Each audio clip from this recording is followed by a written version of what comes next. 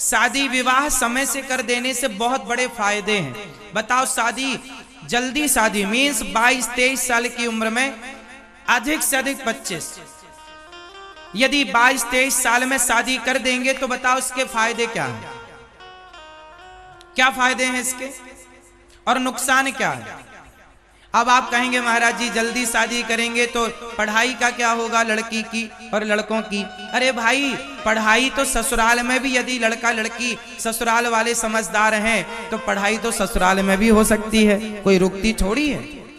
बहुत लड़कियां ससुराल में पढ़ रही हैं, हाँ या ना? जल्दी शादी करने के फायदे क्या हैं वो मैं आपको बताता हूं। बात अच्छी लगे तो समझ लेना, नहीं लगे तो यहीं छोड़ के चले जाना, हम उठा लेंगे, है ना। जल्दी शादी करने से ये होता है कि बच्चे, लड़का लड़की किस उम्र में भटकते हैं ये बताओ? लड़के लड़कियों के भटकने की उम्र यही तो है 20 से 25 साल। 20 से लगभग 20 से और ले लो तो 19 से 25 साल की अवधि, ये जो दूरी है इसमें लड़का लड़की भटकते ज्यादा है, हाँ या ना? बोलो हाँ। यदि सही वक्त पर शादी कर दोगे तो भटकने की सारी संभावनाएं खत्म हो जाएंगी। यहां वहां जो ताका झांकी चल रही है सब खत्म हो जाएगी। सही समय पर सही निर्णय बहुत सही होता है।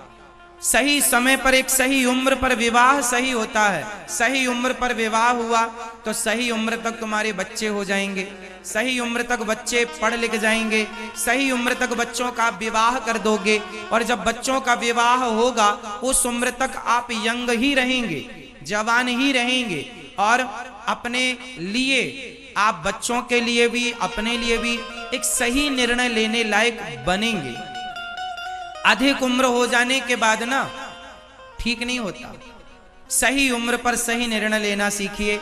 बेटा बेटी को अपना सेटल कर दीजिए, उन्हें अपने पांव पर खड़ा कर दीजिए और आप आध्यात्म की तरफ बढ़ने लग जाइए। 50 साल की आयु होते होते आपका मन सबसे हट जाना चाहिए। बेटा बेटी, बेटा बहू, नाती पोता सबसे हट जाए और भगवान में अब ज्यादा दिल लगने लग जाए तो तुम्हारा बुढ़ापा उम्दा बीतेगा, मीन्स अच्छा बीतेगा। और तुम बुढ़ापे में भी यदि पोता पोतियों में ज्यादा उलझी तो तुम्हारा बुढ़ापा बड़ा दर्दनाक होगा।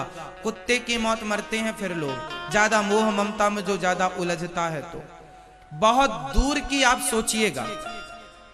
तो गृहस्थी 50 साल, लड़की का विवाह हो गया, लड़के का आपके बेटा और बेटी का विवाह हो गया, उसके बाद आपकी गृहस्थी पूरी हुई। अब पति पत्नी तुम साथ में रहो, पर भोगी बनकर नहीं, योगी बनकर के रहो, भगवान के बनकर रहो। अब मन भोगों से हटाओ, कितना और भोगोगे, भोग तो लिया, अब पति पत्नी दोनों भगवान का चिंतन करो, ज्यादा से ज्यादा दर्शन करो भगवान का। बेटा बेटी को खड़ा कर दिया पांव पर, उनकी शादी विवाह कर दो, उनको जिम्मेदारियां दे दो।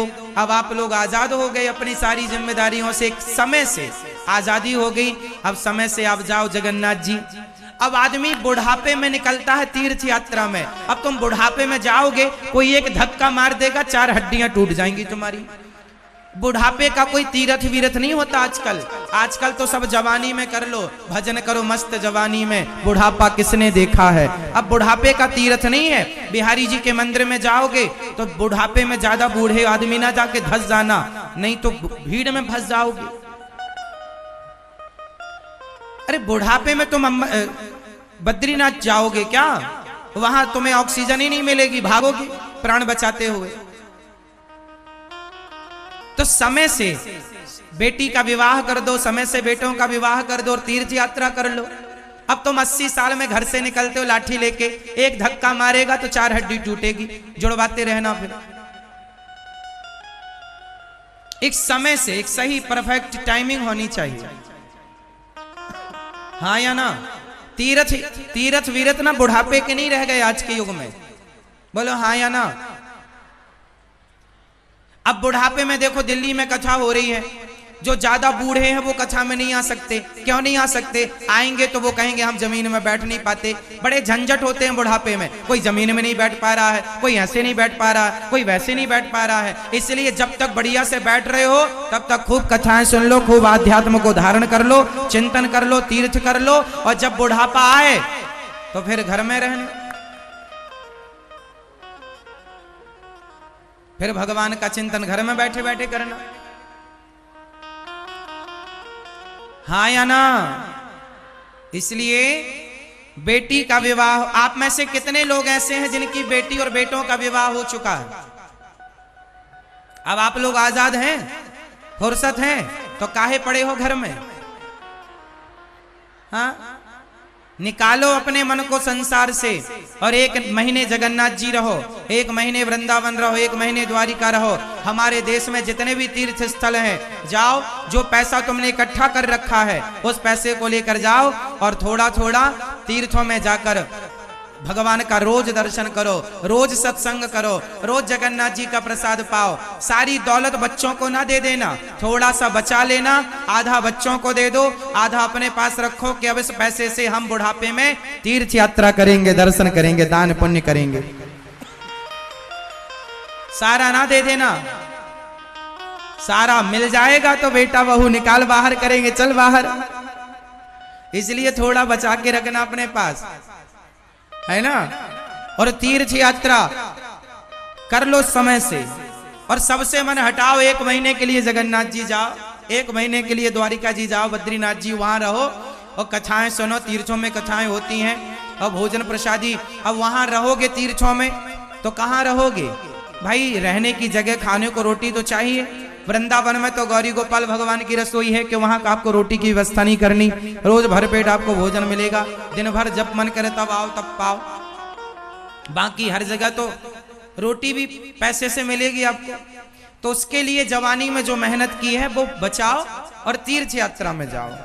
और बेटा बेटी से मन क्या करो, धीरे धीरे सबसे मन हटाओ, काम बेटा नहीं आएगा। अच्छा एक बात बताओ, आपका बेटा बहुत अच्छा है, श्रवण कुमार है, तो क्या अच्छे बेटे में भी मन लगाना सही है?